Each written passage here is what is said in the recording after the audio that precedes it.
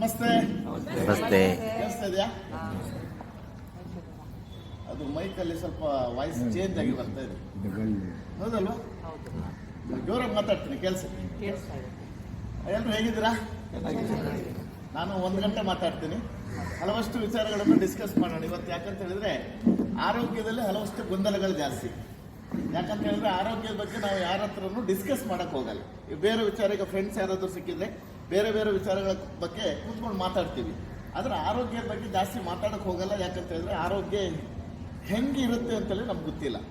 ಹಾಗಂತೇಳಿ ನಾವು ಹಾಸ್ಪಿಟ್ಲಿಗೆ ಹೋಗಿ ಕಾಯಿಲೆ ಹೆಂಗೆ ಬರುತ್ತೆ ಅಂತೇಳಿ ಕೇಳಿದ್ರೆ ನಮ್ಗೆ ಇನ್ಫಾರ್ಮೇಶನ್ ಸಿಗಲ್ಲ. ನೀವು ಬೇಕಾದ್ರೆ ಟ್ರೈ ಮಾಡ್ಬೋದು. ನಾಳೆ ಹಾಸ್ಪಿಟ್ಲಿಗೆ ಹೋಗಿ BP ಶುಗರ್ ಏನಾದರೂ ಇದ್ರೆ ಟ್ಯಾಬ್ಲೆಟ್ ತಗೊಳಕ್ಕೆ ಹೋಗ್ತಿರಲ್ಲ, ಅವಾಗ ಟ್ರೈ ಮಾಡಿ ಒಂದ್ಸಲ. ಡಾಕ್ಟರ್ ಹತ್ರ ಕೇಳಿ, ಡಾಕ್ಟರ್ ನಾನು BP ಹೆಂಗೆ ಬಂತು ಅಂತೇಳಿ ಹೇಳಿದ್ರೆ ಮಾತ್ರ ನಾನು ಟ್ಯಾಬ್ಲೆಟ್ ತಗೋತೀನಿ. ಇಲ್ಲ ಅಂತ ಹೇಳಿದ್ರೆ ಟ್ಯಾಬ್ಲೆಟ್ ತಗೊಳ್ಳಲ್ಲ ಅಂತ ಹೇಳಿದ್ರೆ ಡಾಕ್ಟರ್ ಏನು ಹೇಳ್ತಾರೆ,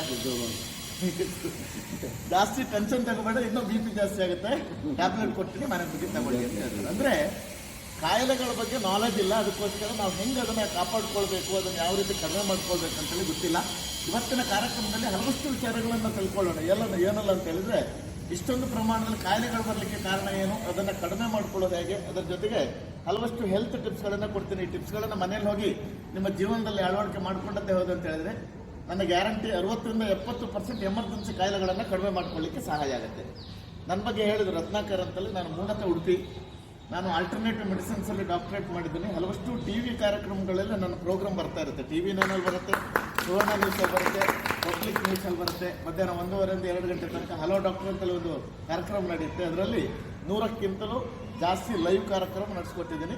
ಇವತ್ತು 1 ಗಂಟೆ ನಿಮ್ಮ ಜೊತೆ ಡಿಸ್ಕಸ್ ಮಾಡ್ತೀನಿ. ಕಾರ್ಯಕ್ರಮ ಮುಗಿದಾದ್ಮೇಲೆ ಯಾರಿಗಾದರೂ ಏನಾದರೂ ಡೌಟ್ ಇದ್ದರೆ ಎದ್ದು ನಿಂತ್ಕೊಂಡು ಕೇಳಲಿಕ್ಕೆ ಅವಕಾಶ ಇದೆ. ನನಗೆ ಗೊತ್ತಿದ್ರೆ ಅದನ್ನು ಸಹ ತಿಳಿಸ್ಕೊಡ್ಲಿಕ್ಕೆ ಟ್ರೈ ಮಾಡ್ತೀನಿ. ನಿಮ್ಮ ಕಡೆಯಿಂದ 3 ನನಗೂ ಬೇಕು, ಮೂರು ವಿಷಯ ಬೇಕು. ಕನ್ಫರ್ಮೇಷನ್ ಅವರು 2 ಹೇಳಿದ್ದಾರೆ, ಇನ್ನೊಂದು ಎಕ್ಸ್ಟ್ರಾ. ಏನಂತಂದರೆ, ಒಂದನೇದು ನಿಮ್ಮ ಮೊಬೈಲ್ ಸೈಲೆಂಟ್ ಮಾಡಬೇಕು. 2ನೇದು ನಾನು ಎಲ್ಲ ಕಡೆ ಹೋದಾಗ ಕೇಳ್ತೀನಿ, ಒಬ್ಬೊಬ್ರು ಮಾತಾಡೋಂಗಿಲ್ಲ ಅಂತೇಳಿ. ಆದರೆ ಇಲ್ಲ, ಆ ರೀತಿ ಹೇಳುವಂಥ ಅವಶ್ಯಕತೆ ಇಲ್ಲ. ಯಾಕಂತ ಹೇಳಿದ್ರೆ ಅಷ್ಟು ಸೈಲೆಂಟಾಗಿ ಕೂತಿದ್ರೆ, ಇವಾಗ ಒಂದು ತಿಂದಿದ್ರು ಕೇಳಿಸುತ್ತೆ, ಅಷ್ಟು ಸೈಲೆಂಟಾಗಿ ಕೂತಿದ್ರು. ಅದಕ್ಕೆ ನೀವು ಮಾತಾಡಬೇಡಿ ಅಂತ ಹೇಳುವಂಥ ಅವಶ್ಯಕತೆ ಇಲ್ಲ. 3ನೇದು ಇಂಪಾರ್ಟೆಂಟ್ ಒಂದಿದೆ. ಏನಂದರೆ, ನಾನೇನಾದರೂ ಕೇಳಿದ್ರೆ ಹೌದು ಅನ್ಸಿದ್ರೆ ಹೌದು ಅನ್ಬೇಕು, ಇಲ್ಲ ಅನ್ಸಿದ್ರೆ ಇಲ್ಲ ಅನ್ಬೇಕು. ನಾನು ಕೇಳಿದಾಗಲೂ ಸುಮ್ಮನೆ ಹಿಂಗೆ ಕೂತ್ಕೊಳ್ಳೋಕ್ಕಿಲ್ಲ. ಓಕೆನಾ?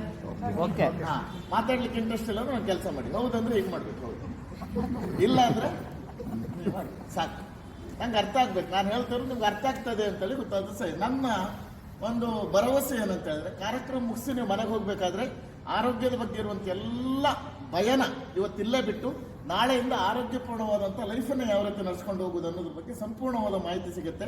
ಅದರ ಜೊತೆಗೆ ಹಲವಷ್ಟು ಜನ ಡೌಟ್ ಇದೆ, ಮೆಷಿನ್ ಯಾಕೆ, ಎಷ್ಟು ದಿನ ಯೂಸ್ ಮಾಡಬೇಕು, ಈ ಟೆಕ್ನಾಲಜಿ ಏನು ಕೆಲಸ ಮಾಡುತ್ತೆ, ಅದು ಜುಮ್ ಅಂದರೆ ಏನಾದರೂ ಥೆರಪಿ ಡೈಲಿ ತಗೊಂಡು ಏನಾದರೂ ಸೈಡ್ ಎಫೆಕ್ಟ್ ಇದೆಯಾ, ಹಾಗೆ ಈಗೆಲ್ಲ ಹಲವಷ್ಟು ಡೌಟ್ಗಳಿರುತ್ತೆ. ಅದನ್ನೆಲ್ಲ ಕ್ಲಿಯರ್ ಮಾಡೋದ್ರ ಜೊತೆಗೆ ಆರೋಗ್ಯದ ಬಗ್ಗೆ ಸಂಪೂರ್ಣವಾದಂಥ ಮಾಹಿತಿನ ಇವತ್ತು ತಿಳ್ಕೊಳ್ಳೋಣ. ಈಗ ನಾನು ಸ್ಟಾರ್ಟಿಂಗಲ್ಲಿ ಹೇಳಿದೆ, ಆರೋಗ್ಯದಲ್ಲಿ ಹಲವಷ್ಟು ಗೊಂದಲಗಳು ಜಾಸ್ತಿ ಅಂತೇಳಿ. ನನಗೆ ಬೆಂಗಳೂರಿನಲ್ಲಿ ಇಂಡಿಯನ್